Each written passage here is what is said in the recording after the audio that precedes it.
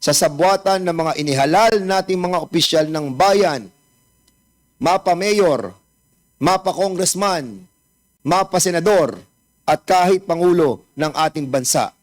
We can see a pattern of bribery in the highest form to betray the Filipino people, attempting to kill the sovereignty of this nation at ibenta ang ating kalayaan.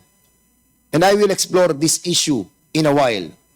These public agencies and public servants abusing their authority must be held accountable under the Committee on Public Accounts headed by Chairman Caraps Paduano.